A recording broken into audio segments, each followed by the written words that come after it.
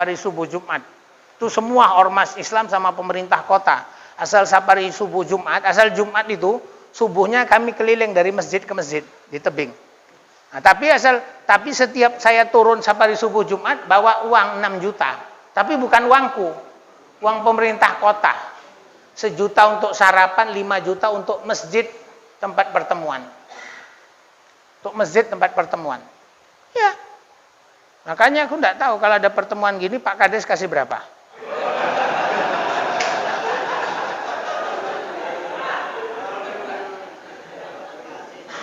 Hah? Pak Camat kayak piro? Aku ngumbang aja. Kalau ngumbang kayak gini boleh, karena nggak bikin gaduh. Jadi 6 juta itu tak bawa. 5 juta dari pemerintah kota Pak Habib.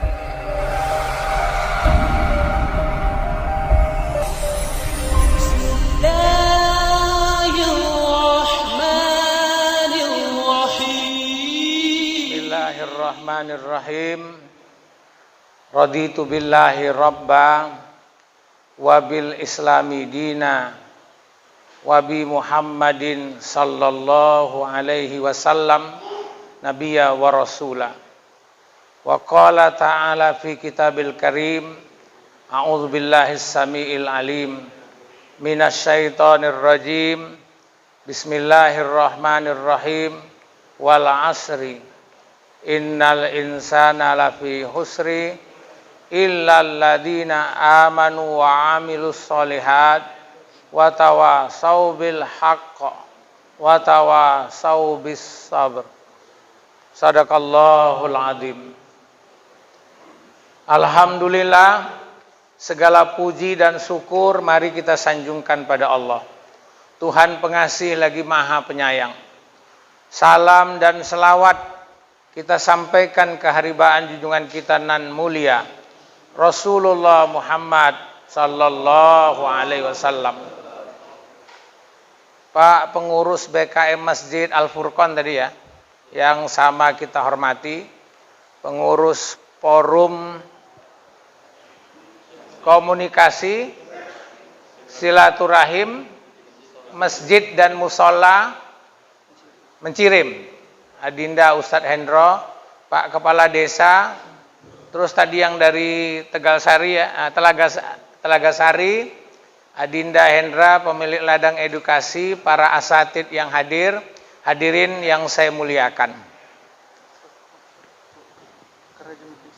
Ini? Tukar. Oh iya. Oke.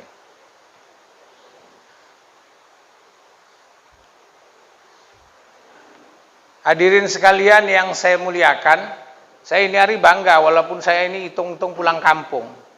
Dulu saya aktif dari Medan Krio, Payageli dulu. Payageli, Medan Krio, Sukamaju, saya sengkol. Waktu masih di bawah tahun 2000 lah. Tahun 2000. Itu ada pengajian akbar Jamiatul Ikhwan. Kemudian di orang ini ada BKRM. Ya, BKRM waktu itu ya. BKRM. Alhamdulillah hari ini ada forum komunikasi silaturahim masjid dan musola. Ini kalau bisa dilebarkan ada Medan Krio, ada Payageli, ada Sukamaju, ada Sesekol, luar biasa itu. Mudah-mudahan Allah kabulkan. Amin ya Rabbal. Jadi saya hitung-hitung silaturahim kembali. Karena ini amalan Nabi yang penting. Bapak hadirin yang saya muliakan, waktu Rasulullah SAW pertama kali sampai kota Madinah. Waktu Nabi pertama kali sampai kota Madinah. Itu orang rame berduyun-duyun mengerumuni beliau. Ya, seorang sahabat begitu dulu belum Islam dia. Ketika sudah masuk Islam, namanya berganti dengan nama Abdullah bin Salam. Memang Rasulullah sering mengganti nama sahabat yang tak Islami menjadi nama yang Islami. Tuh, salah satunya ada seorang sahabat begitu masuk Islam berganti namanya Abdullah bin Salam. Dulu dia bukan Muslim. Dia salah seorang pembesar agama Yahudi di Madinah dulu. Begitu masuk Islam namanya Abdullah bin Salam. Kata Abdullah bin Salam, waktu Rasulullah pertama kali datang kota Madinah, orang rame-rame berduyun-duyun mengerumuni beliau. Saya termasuk salah seorang yang berkerumun di situ, kata Abdullah bin Salam. Dia hadir, padahal dia tak muslim. Pertama kali kulihat wajahnya, begitu Abdullah bin Salam melihat wajah Nabi, tak sedikit pun di wajah Nabi itu ku tengok ada tanda-tanda muka tukang nokoh. Tapi jangan tanya aku nanti macam mana tanda-tanda muka tukang nokoh. Aku pun tak tahu itu. Pokoknya Abdullah bin Salam begitu tengok muka Nabi, tidak ada sedikit pun, kata Abdullah bin Salam, tanda-tanda muka tukang bohong di wajahnya. Tak ada. Begitulah. Memang orang tua-tua dulu pun ngerti itu. Gitu nengok muka orangnya, siapa kawan kau itu? Si Anu Pak. Tak yakin aku nengok mukanya.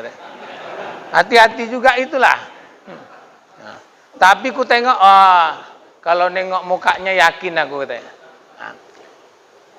Terus apa kata Abdullah bin Salam? Kata-kata yang pertama kali beliau, kata-kata yang pertama kali keluar dari mulut Rasulullah waktu itu, kata Abdullah bin Salam, ayyuhan nas. Rupanya Rasulullah tuh orang yang sangat, bukan aja pintar, di atas, bijaksana.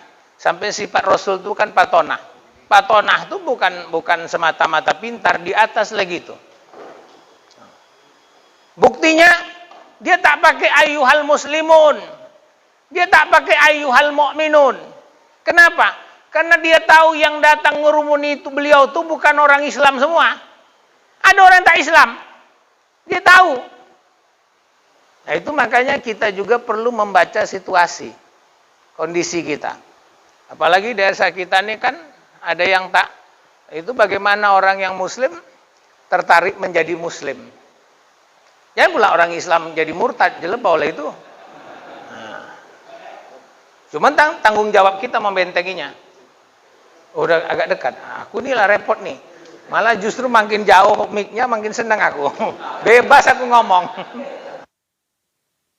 Udah cocok lah kalau gitu. Nggak dari tadi kalian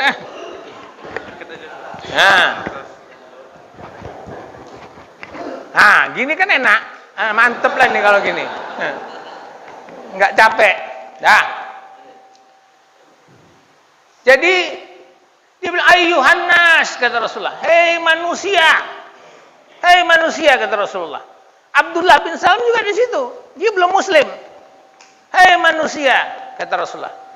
Absus salam wa at'imut ta'am wasilul arham wa sallu bil lail wan nasu niyam tadkhulul jannata bis salam. Hadis sahih. Apa kata Rasulullah? Hei manusia, sebarkan salam. Itu perintah Nabi pertama. Nyebarkan salam. Apa makna salam itu? Saya ambil makna salam itu dua, Pak. Satu, makna salam itu ucapan, yang kedua makna salam perbuatan. Absus salam, sebarkan salam. Salam itu bermakna ucapan assalamualaikum lah. Assalamualaikum. Ini perlu kita gaungkan. Assalamualaikum, assalamualaikum. Karena ada orang Islam juga yang nggak paham sama assalamualaikum. Assalamualaikum. Ala nek nang kantor aja assalamualaikum, assalamualaikum lah. Dia nggak paham itu berarti.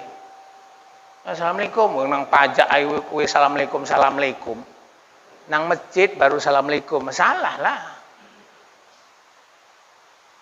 Kita assalamualaikum itu kenapa disuruh Nabi? Karena salam itu satu maknanya doa.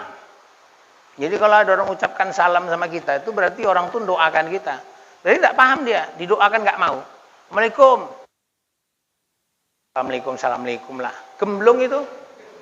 Nggak tahu dia, didoakan nggak mau dia. Dipajak didoakan nggak mau. Itu salam itu maknanya satu doa. Yang kedua, Salam itu maknanya ibadah. Bukti ibadah, orang ada yang bilang Assalamualaikum, Waalaikumsalam, kata Nabi 10. Assalamualaikum, Waalaikumsalam warahmatullah. 20. Assalamualaikum, Waalaikumsalam warahmatullah wabarakatuh. 30. Itu artinya apa? Ibadah, karena ada nilai. Yang ketiga, salam itu Pak, maknanya ukhuwah. Kompak, persaudaraan ini penting. Kompak, ukhuwah, itu penting. Ya, kalau udah ada orang yang nggak kompak-kompak, marah aku. Karena ini harus jadi kerja kita, dan itu kerja Rasulullah, itu ngompakkan orang. Kalau mecah-mecah orang itu bukan kerja Nabi. Nggak boleh. Wong kalau mau sholat tak tanya lah pesennya apa. Rapatkan saf. Itu maknanya, jaga kekompakan, jaga kekompakan. Bapak nek nggak cocok, gelem rapat. Perek aku cerek deh ego. Kenapa? Orang udah nggak cocok. Cocok pasti. Itu pesan ukhuwah itu kalau mau sholat. Jadi kalau orang sholat itu nggak jaga ukhuwah, tak benar itu. Makanya ini kalau orang yang hadir hari ini ukhuwahnya tetap bagus, makin rame ke depan. Nek makin surut, wis nggak cocok itu. Nggak ukhuwah lagi. Aku tadi baru bilang sama Ustaz Endro. Tak bilang kalau mau pengurus juga nanti datang malam Sabtu. Kerjaku juga gini sini. Nah, kalau di tebing sebulan sekali kami pertemuannya maghrib berjemaah, ya maghrib berjemaah sampai isya berjemaah. 120 BKM masjid. Tapi 3 orang wajib datang. Ketua, sekretaris, bendahara. Dan setiap datang bawa uang 200.000 Pak. Itu 200.000 tuh dikumpul, kalau 120 jadi berapa itu? Hah? Orang 200.000 kali 100. Nanti bilang orang tuh korupsi aku. Berapa? 24 juta. Itu ditariklah 4 masjid. Ditarik nomor 4 masjid. Dibawa pulang lah sama pengurus masjid itu.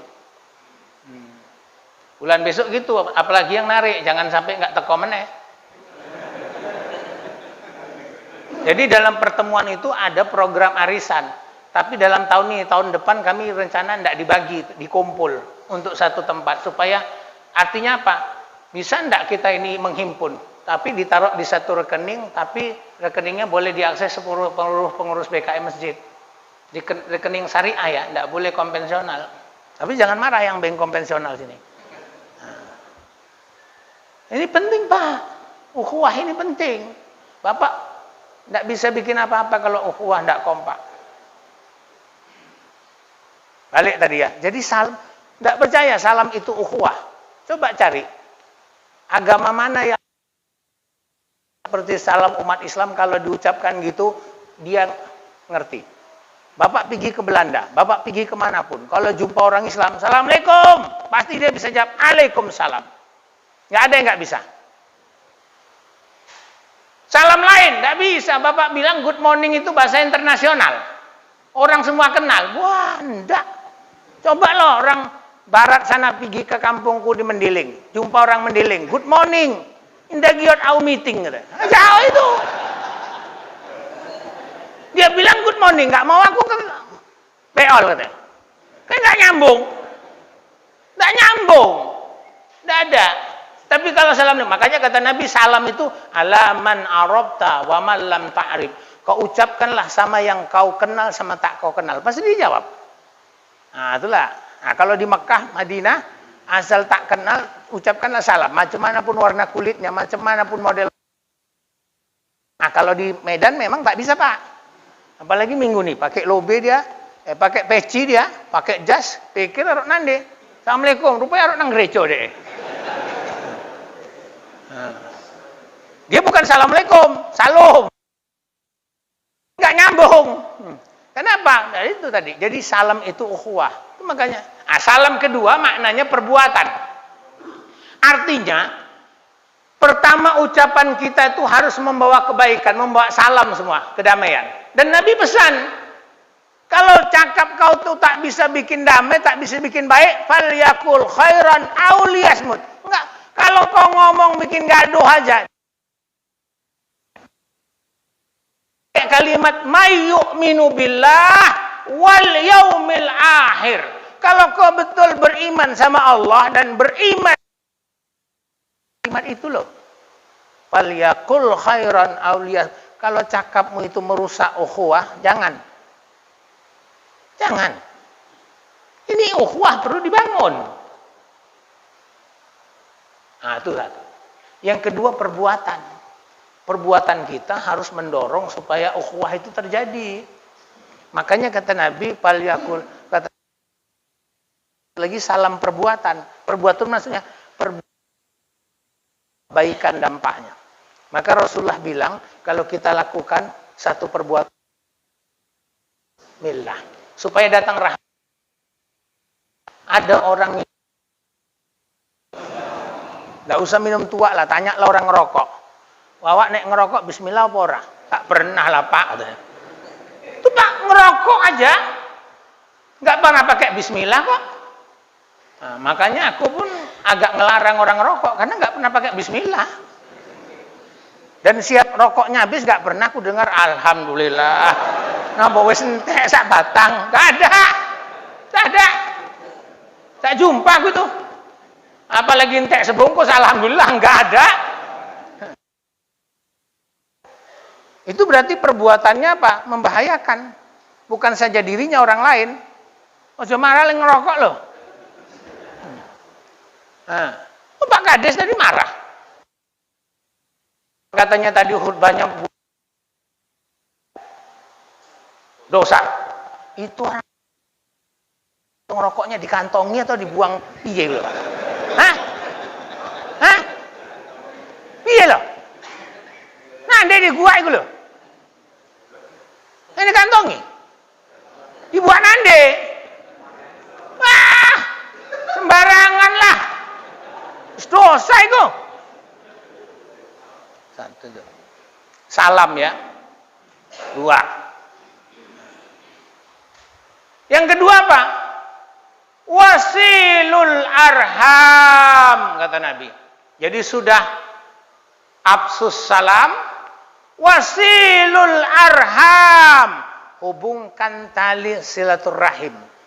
Itu perintah Rasul. Ini Rasul tokoh menghubungkan silaturahim. Pernah Rasul itu Ka'bah dihantam banjir, jatuh Hajar Aswad dari tempatnya. Siapa juru damainya? Rasulullah. Sehingga terhindar pertumpah darahan. Tak gaduh orang jadinya. Jadi kita harus jadi juru damai. Nabi itu tukang islah. Dan itu perintah Quran. Innamal mu'minuna ihwatun. Fa'aslihu baina ahwaikum. Jadi islah itu perlu. Ini silaturahim ini perlu. Itu perintah Rasul itu Pak, silaturahim itu. Perintah Allah. Sambungkan silaturahim. La yadkhulal jannah qati'ur rahmah. Tak masuk surga orang yang memutuskan silaturahim. Itu bukan aku bilang. Hati-hatilah kalau sudah masuk kelompok BKM tahu-tahu keluar Bapak. Sedangkan keluar dari grup WhatsApp aja jadi pertanyaan. Apalagi keluar dari forum. Tak boleh. Tak boleh. Jadi harus sambungkan silaturahim itu. Salah satu amal yang besar pahalanya menyambungkan silaturahim. Orang yang melangkahkan kaki keluar dari rumah untuk menyambungkan silaturahim, itu setiap langkah diangkat derajatnya, dikasih pahala, diampunkan dosanya, didoakan malaikat. Untung loh Pak. Makanya kalau makin jauh jangan makin tak datang. Makanya aku jauh-jauh pun datang dari tebing. Jadi kalau ditanya siapa yang paling besar pahalanya, yang paling jauh, akulah dari tebing. Iya. Jangan. Makin jauh makin besar. Tuan rumah pun besar pahalanya, wis muter-muter deh. Ngembang ini, ngembang itu kan banyak jalannya itu. Jadi penting silaturahim itu. Nah, tadi tak bilang, oh datang-datang jauh-jauh dulu ndak pakai, belum banyak yang punya kereta. Belum banyak yang punya HP. Sebulan sekali kita ngumpul, namanya silaturahim Jamiatul Ikhwan. Itu pernah di Sukamaju sama Sesengkol dulu. Rame. Nah, itu salah satu tokohnya udah tua, apa? Haliman. Sampai bikin apa dulu kita? Jamburi remaja masjid Sibolangit. Nanti kita bikin apa, Pak? Saya rencana mau bikin bulan 1 ini, habis corona ini, gak lungo-lungo corona ya. Gak lungo-lungo. Nah, kita mau bikin outbound nanti, pengurus-pengurus masjid, supaya makin kuat silaturahim. Nah, sini Bapak udah enak, ada ladang edukasi, kalau mau outbound gak usah jauh-jauh. Kami dari sana Reni, ado tenan. Cuman deket kami ke Prapat. Ada danaunya, sini belum ada danaunya. Nah, bikinlah danau buatannya. Jadi Bapak sekalian, tidak boleh silaturahim itu diputus. Apalagi sama 3 orang. Jangan putuskan silaturahim ini sama 3 orang. Marah Allah, marah Rasulullah. 1, jangan putuskan silaturahim sama orang yang ada hubungan darah. Tidak boleh. Tidak boleh. Makanya ketika hari raya datang, siapa orang yang pertama kali mesti kita sambungkan silaturahim? Yang ada hubungan darah.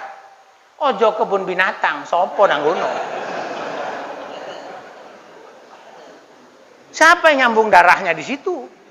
Nah kalau Bapak naik pesawat jatuh, mati, nggak tahu ini sopo ini. Tes DNA kan? Apa diambil di kebun binatang dicocokkan? Mana ada? Mana ada? Darahnya. Jangan putuskan silaturahim, tapi tak seagama, walau tak seagama.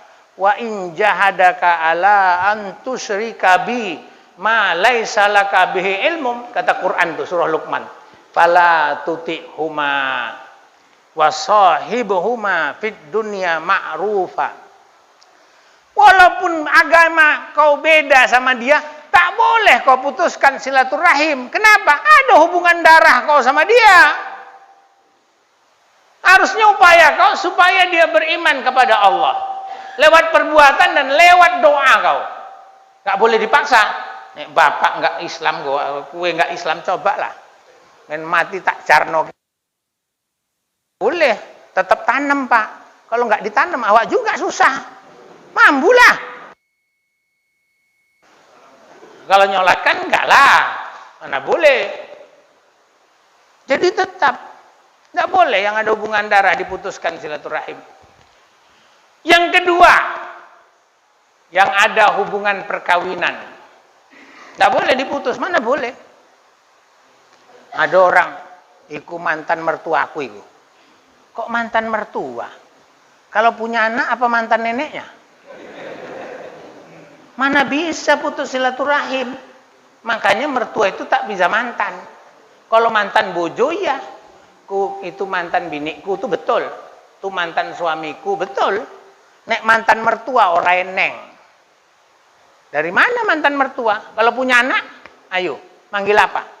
Dulu itu mbah, tapi sekarang bilang mantan mbah. Wah, mana bisa? Tak bisa. Tengoklah Quran. Ada wanita yang haram dinikahi sementara, ada wanita yang haram dinikahi selamanya. Wanita yang haram dinikahi sementara salah satunya adik istri atau kakak istri. Itu tak boleh, tapi sementara. Kalau sudah meninggal atau sudah dicerai boleh diambil. Nek wong saiki ngomong ganti ambal.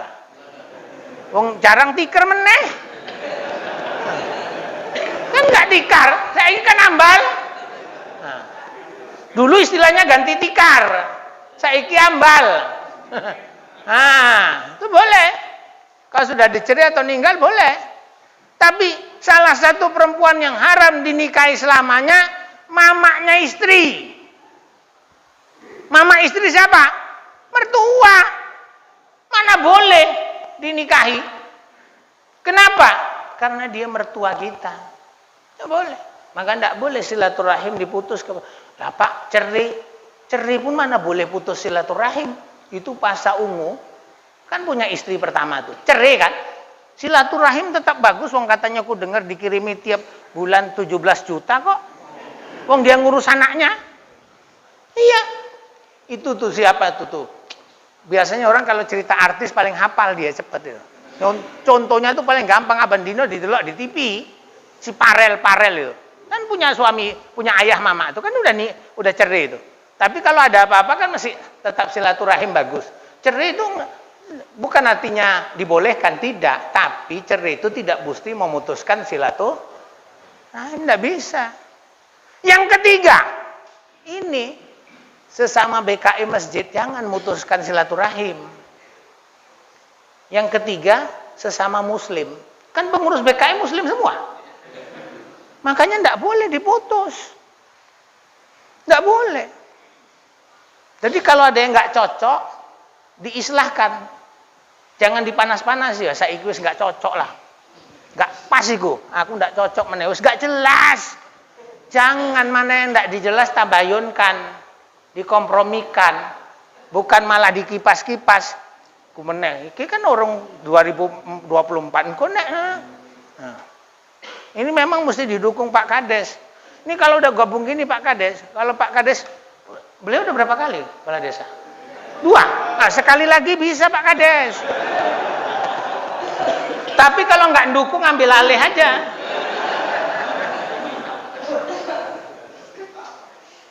Iya. Jadi mesti silaturahim itu, dan Rasulullah jamin siapa mau dipanjangkan umurnya, dilapangkan Allah rezekinya, fal yasir rahimah. Sambungkan silaturahim itu. Silaturahim ini penting. Dan jangan sekali-kali merusak silaturahim. Maka Rasulullah SAW malah tidak membolehkan adanya adu domba, fitnah. Mana boleh? Itu tengok Al-Hujurat. Tak bisa kita urai. Tengoklah itu. Surah Al-Hujurat itu. Dari innamal mu'minuna ikhwatun. Faslihu baina ahwaikum. Terus ayat. Nah, la yashar qaumun min qaumin. Wa la yaqtab ba'do. Itu semua perbuatan-perbuatan yang bisa merusak silaturahim tak boleh dilakukan. Tak boleh. Nah, termasuk itu hati-hati Pak. Utang itu bisa merusak silaturahim. Walaupun nggak masuk dalam ayat itu. Loh, kue mbiyen akrab tenan, perek saiki. Apa utangnya nggak dibayar-bayar? Itu makanya kalau nggak terpaksa jangan ngutang kecuali ya. Dan kalau punya utang perasaan cepet bayar. Nek nggak iso ojo ngilang. Jadi kalau nggak bisa bayar gimana? Minta maaf aku ya. Ini kan banyak aku punya utang, janji bayar tanggal 6, belum bisa. Tak parani. Dra, minta maaf lah, aku kan janji bayar utang tanggal 6. Ini aku belum bisa. Tolonglah undur. Dikasih undur. Tahu Bapak, kalau saya pinjam uang, ada orang ngutang saya sama saya 5 juta.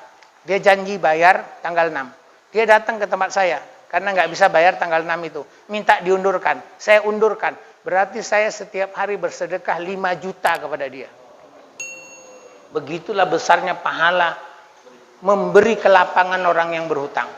Tapi diingatkan Nabi orang yang berhutang. Nah, diingatkan apa? Jangan bolak-balik ngondur terus. Sengaja, wis 5 juta gue ento. Nggak boleh kata Nabi, siapa yang mampu bayar utang tapi tak dia bayar, zolim. Dia mampu bayar utang tapi tak dibayarnya. Itu menyakiti orang yang menolong dia, mana boleh. Nah, itu dia. Wasallu bil, yang kedua tadi wasilul arham, sambungkan silaturahim. Jaga, mari Bapak Ibu kita jaga silaturahim. Nah, saya bikin 2 pertemuan itu Pak di tebing.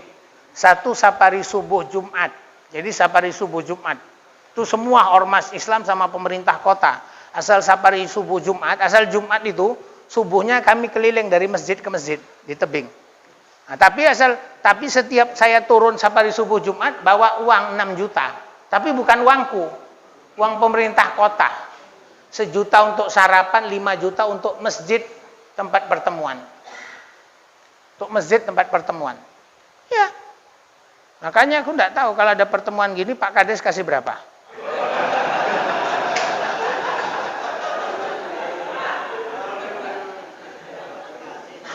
Hah?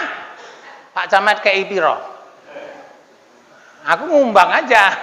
Kalau ngumbang kayak gini boleh, karena nggak bikin gaduh. Jadi 6 juta itu tak bawa. 5 juta dari pemerintah kota Pak, APBD. Tapi masjid-masjid kalau bikin proposal kalau masjid-masjid bikin proposal ngajukan ke pemerintah kota, dikasih tahu sama aku, dikurangilah 5 juta karena udah dapat kemarin. Cuman ada masjid-masjid yang nggak pandai buat proposal.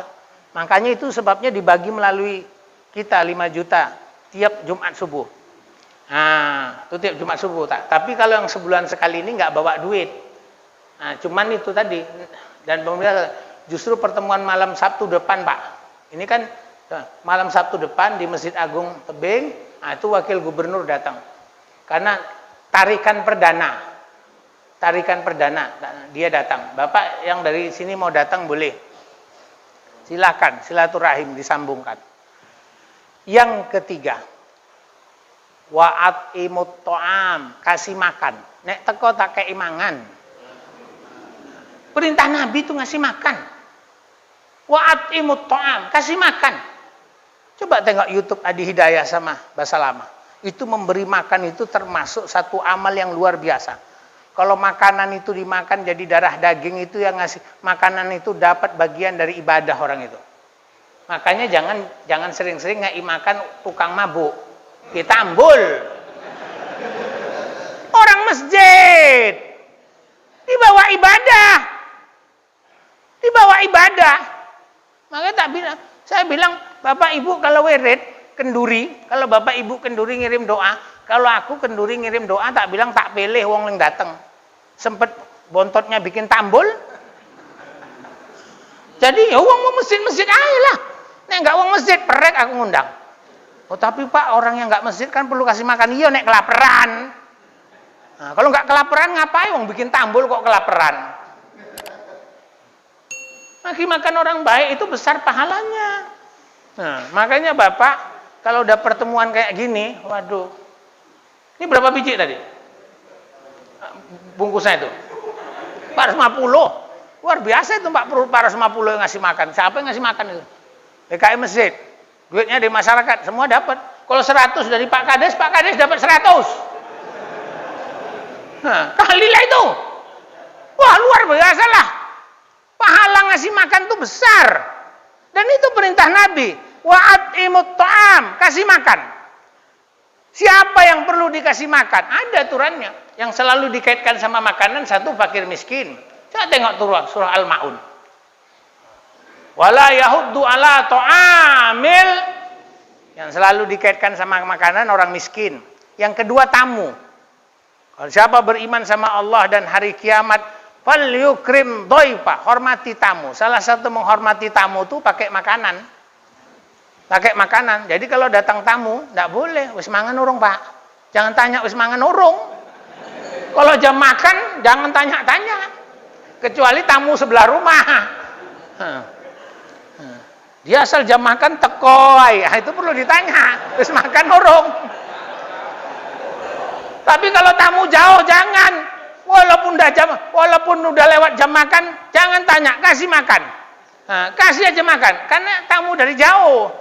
Kalau makan di perjalanan itu macam ada yang datang dari jauh terpaksa ngemat dia. Malah telur rebus saja dia makan di situ, ngemat. Nah, makanya jangan tanya lagi. Wah orang mendiling kadang enggak lah, orang mendiling sekarang enggak gitu, asal datang dikasih makan. Lain itu mendiling dulu, itu mendiling enggak asli itu. Begitu dah. Mendiling asli baru asal mau pulang baru kok pulang mangan jolo katanya. Gak ada itu mendiling dulu. Itu mendiling belum Islam. Ya bisa kalau apa dikasih makan. Bapak tulanglah ke mendiling asli. Mana boleh Bapak kalau nggak dikasih makan. Makan itu. Sampai orang Jawa bilang mangan nggak mangan asal. Penting itu makan itu. Itu kata wa'at imut to'am, kasih makan. Nah, baru apa lagi? Wasallu bil lail. wan nasu niyam. Salat malam kalian waktu manusia sedang tidur. Nah, itu penting, Pak. Nah, salat malam waktu manusia sedang jam berapa itu ya? Biasanya kan orang tidur jam 4 jam menuju ke jam 5, jam 4 menuju ke subuh itu kan orang lagi nyenyak-nyenyaknya. Di saat orang tidur Bapak ngelobi Allah. Subhanallah. Itu luar biasa itu. Maka jangan ditinggalkan sholat malam itu. Memang di waktu itu kenapa Nabi suruh sholat malam? Karena sholat wajib 5 waktu belum ada, belum diwajibkan, belum ada perintah wajibnya. Cuman sudah turun, sudah, karena sudah Isra Mi'raj. Nabi hijrah itu sebelum Nabi Isra Mi'raj sebelum hijrah. Itu kan perintah datang. Itu kan Nabi bilang shollu bil lail itu waktu hijrah. Nah, sholat malam, sholat 5 waktu sudah ada, tapi belum perintah diwajibkan. Itu kan setelah turun aqimus sholati liduluki samsi ila ghasaqil lail, baru ada sholat wajib yang 5 waktu itu ditambah dengan hadis Rasul. Nah, jadi makanya Nabi kuatkan sholat malam. Wasallu bil lail. Jadi sholat malam itu dulu sebelum sholat 5 waktu diwajibkan, sholat malam itu sebabnya waktu di Mekah orang-orang yang baru masuk Islam nggak ketahuan Islamnya. Kenapa? Sholatnya tengah malam, majikannya masih apa? Bisa jadi majikannya masih melelean, atau majikannya udah tidur, atau majikannya mabuk, masih mabuk. Jadi nggak ketahuan orang tuh sholat jam 2, jam 4, jam 5. Nah, sekarang disunatkan oleh Rasulullah. Wa minal laili fatahajjat bihi nafilah. Kata Quran. Dan kata Nabi lagi, alaikum biqiyamul lail. Lakukanlah sholat malam. Fa innahu adabus sholihin min qablikum. Itu kebiasaan orang soleh sebelum kalian. Jadi orang soleh sebelum kita itu Pak, dulu malam bangun untuk tahajud. Wong saiki nonton bola. Beda memang orang soleh sama orang nggak soleh. Nah, makanya kita kalau bangun tengah malam itu sempatkan. Kalau ini kita lakukan, memasukkan kalian ke dalam surga dengan keselamatan. Pak, ini aja dulu tak sampaikan. Kenapa? Saya sudah bilang mau Ustaz Endro, saya jam 11 mesti sampai tebing karena ada taklim pengajian. Saya pikir pengajian hajinya itu minggu depan, rupanya ahad depan, rupanya ahad ini. Nah, jadi saya karena katanya nanti ada tanya jawab, tak paskan di situ dulu. Karena tadi tak tanya sama Indro jam berapa, sampai jam 7. Jadi nanti kalau ada tanya jawab silahkan. Yang paling pokok Pak, dari apa yang saya sampaikan itu hadis Rasul. Sahih, 4 amalan yang disampaikan Nabi pertama kali dia sampai ke Mekah. Tapi 4 amalan itu yang saya kuatkan sekali, jangan lupa menjaga ukhuwah. Dan bangunlah ukhuwah itu. Karena itu kerja Rasulullah. Ngasih makan itu pun bagian dari ukhuwah, Pak. Mana orang yang dikasih makan nggak bagus ukhuwahnya? Tapi kalau nggak dikasih makan, percuma lah nang kono nggak usah. Berat. Kenapa? Pejamangan pun nggak dikei kok.